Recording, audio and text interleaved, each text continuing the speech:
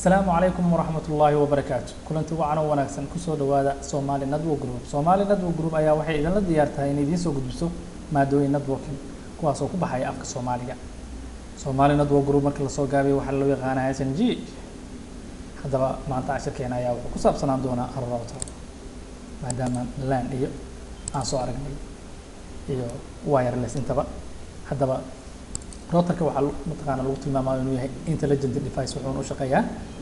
internet working device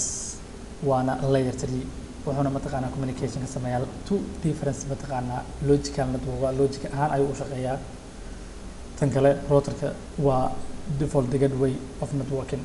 waa iridda ama ka soo gelida ama ka bixida networking ka routerka sidiisa mataqaana gudihiisa wuxuu u sameeyaa sida tan routerka fast internet ayuu leeyahay console board ayuu leeyahay kaasoo mataqaana administration maaragtay uu ka maamulayo iyadoo lagu xiray mataqaana PC-ga auxiliary board ayuu leeyahay kaasoo mataqaana markuu administration uu ka maqan yahay mataqaana goobta shaqada powerka meesha laga jari lahaa iyo brace meesha ka qaadan lahaa iyo labadan sare waa serial meesha kaga xirma lahaa router another router haddaba PC-ga wuxuu kaga xirmaa halkan hadda ujeedada RJ45 configure ayaa loo isticmaalaa kan waa computerka connecting kan waa RJ45 console board ayuu mataqaana kaga xirmaa kaasoo maaragtay marka ugu horeyso cusub yahay routerka configuration looga sameeyo kaasoo kaliya wax ka bedeli karo administration kaliya haddaba waxaan arki doonaa qaabka u shaqeeyo iyo qaabka wax loogu bedeli seriada sida loogu xiro iyo asoo lagu xiri doono switch iyo PC intaba oo waxaan noo sahli doonaa siska packet trace kaasoo mataqaana baraatika ahaan aan arki doono casharada hadda ka wada sheekeyneen ayadoo aan siin doono hostname passwords intaba iyo IP address routerka waxaa halkan kasoo dooranaysaa router soo jiidaysa halkan ayaad keenaysaa routerka marka meeshan keento wuxuu cusub yahay wuxuu u baahan yahay inaad mataqaana double click ayaa ku siinaysaa sawirka hadda soo aragteen waa same sawirka oo kale laakiin mataqaana interface-ki serialadii waxa dhan way ka wada maqan yihiin marka waxay noqonaysaa inaan usoo qaan W oo soo jiidaysaa koodar waa mataqaana inaad dabka iska jartaa oo soo jiidaysaa halkaas click ku siinaysaa serialadu inuu u yimaadeen dabka ayaa diminaysaa waad iska xiraysaa kabacdi waxaad soo qaadanaysaa switch waxaan soo qaadan doonaa PCs actually PC haddaba waxaan isticmaalaynaa keebalada isticmaali doona waa strip cable maxaa yeelay waa saddexdooda mataqaanaa PC-ga switch-ka waa saddex kala duwan marka maadaama ay saddex device oo kala duwan yihiin waxaan isticmaalaynaa straight cable PC-ga ayaan ku xirnay switch-ka ayaa waxaan rabnaa hadda inaan ku xirno mataqaanaa routerka waxaad dooranaysaa fast internet 0/0 kaliya ayaa ku siinaysaa switch-ka waa aragtaan aan filayaa calaamadan casaanka markaad arkaysiin oo ka muuqato routerka switcheska waxaa waaye routerka wax communication ay ka wada dhexeeyaan switchka iyo PC-da ma ay jiraan marka koowaad ee aad gelaysid mataqaanaa routerka inaad wax ka bedesho waxaa soo qaadanaysaa console cable waxaad ku xiraysaa mataqaanaa consoleka routerka waxaad kusoo xiranaysaa PC-ga haddaba PC-ga ayaa waxaa ku siinaysaa double click waxaad tegaysaa desktop-ka waxaad tegaynaa terminal okay ayaan leenahay inta waxaad ka arkaysaa aan idin soo dhaweysida waxaad leedahay no si aan mataqaana adiga manually aad ugu samayso mataqaanaa configuration inta enable aan leenahay marka waxaan u sameynaynaa hostname marka koowaad IP address noo siinaynaa waxaana console-kan IP waxaan siinaynaa password mataqaana enable-kan sidoo kale password ayaan siinaynaa iyada intaba waxaan ku sameynaynaa configuration terminal ayaad leedahay kooda hore hostname ayaan siinaynaa waxaan leenahay Soomaaliya waa magaca routerka IP address ayaan siinaynaa waxaan leenahay marka interface fast internet 0/0 IP address waxaan siinaynaa 192.168.0.1 255.255.255.0 waa glass si waxaan isticmaaleyno no shutdown aan leenahay interface-ka sidoo mataqaana no shutdown inaan siino maxaa yeelay uu dansan yahay automatically si mataqaana set up uga dhigno no shutdown ayaan siinaynaa automatically lens up ayuu ku leeyahay sidoo hadda mataqaana ka aragtaan iyo protocols access waa ka bixinaa kabacdi waxaa mataqaanaa password aan siinaynaa consoleka password waxaa loo siinayaa by security ahaan maxaa yeelay waxa qofka kaliya wax ka bedeli kara ama wax ku dari kara waa adminkana waa password inuu ku xiraa maadaama mataqaanaa companyga loos ku imaan karo qofka hadduu furo mataqaanaa waxaa lumaya wixii database wixii ku jiro mataqaanaa routerka oo dhan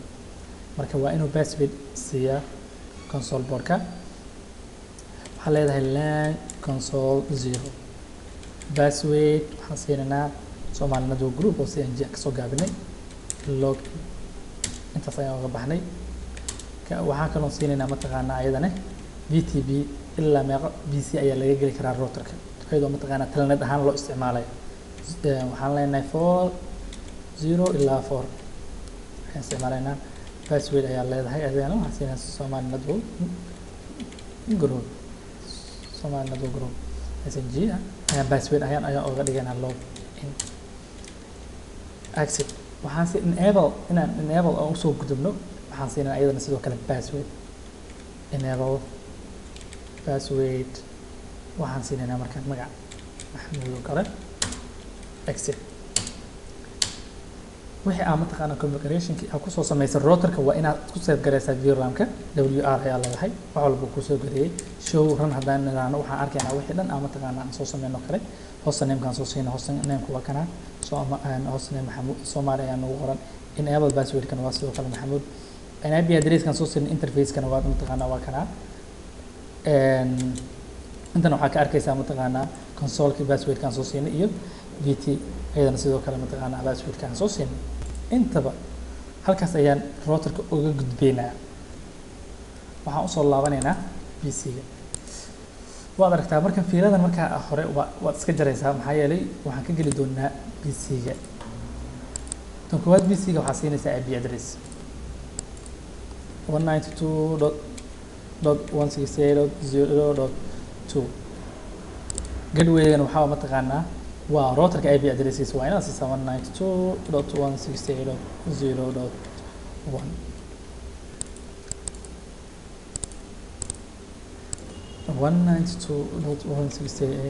192.168.0.3 192.168.0.1 dhammaan waxaan siinaynaa IP address oo wada same glass ah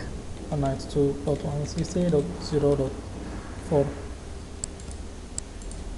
192.168.0.1 oo gateway-ga ahaa routerka kabacdi routerka gudaha sida uga geli karnaa waxaa anagoo PC-gan mataqaanaa ama PC walba oo maaragtay ayaa waxaan sameynaynaa routerka ayaa waxaan ku gelaynaa telnet IP addresskiisa okay waxaad dooranaysaa common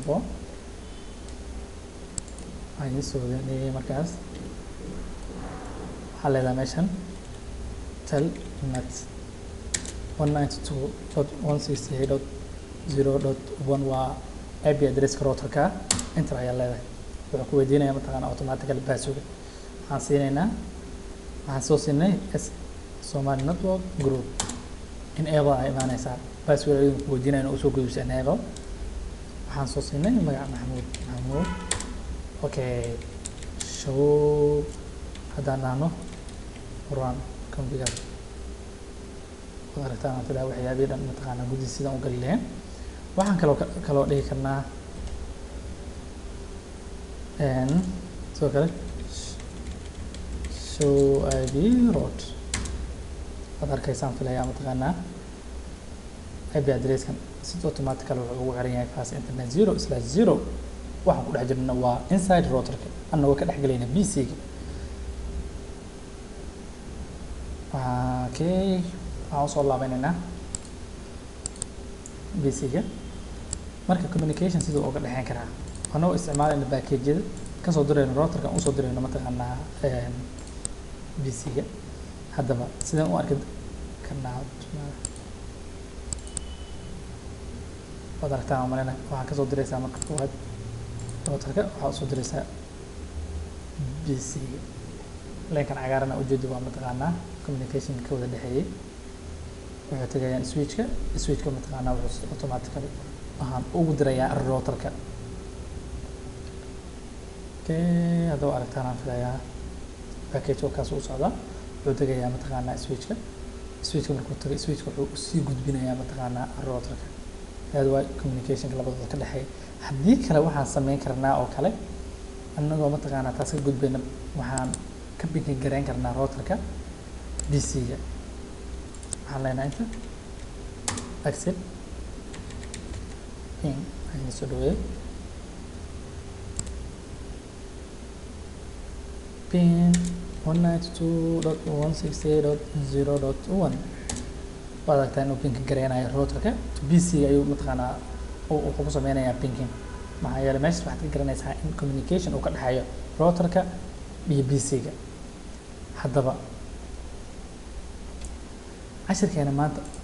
intaas ayuu noogu ekaan doonaa insha allahu tacaala cashirka noogu xoga wuxuu ahaan doonaa router aan ku xiri doono router kale iyo laba network kala gedisan mataqaanaa sidii communication u wada sameyn doonaan tan cashirkeena maanta intaas ayuu ku egyahay wasalaamu calaykum waraxmatullaahi wabarakaatu waxaan idin soo jeedinaya anigoo ah maxamuud cabdidacar calaykum salaam waraxmatullahi wabarakaatu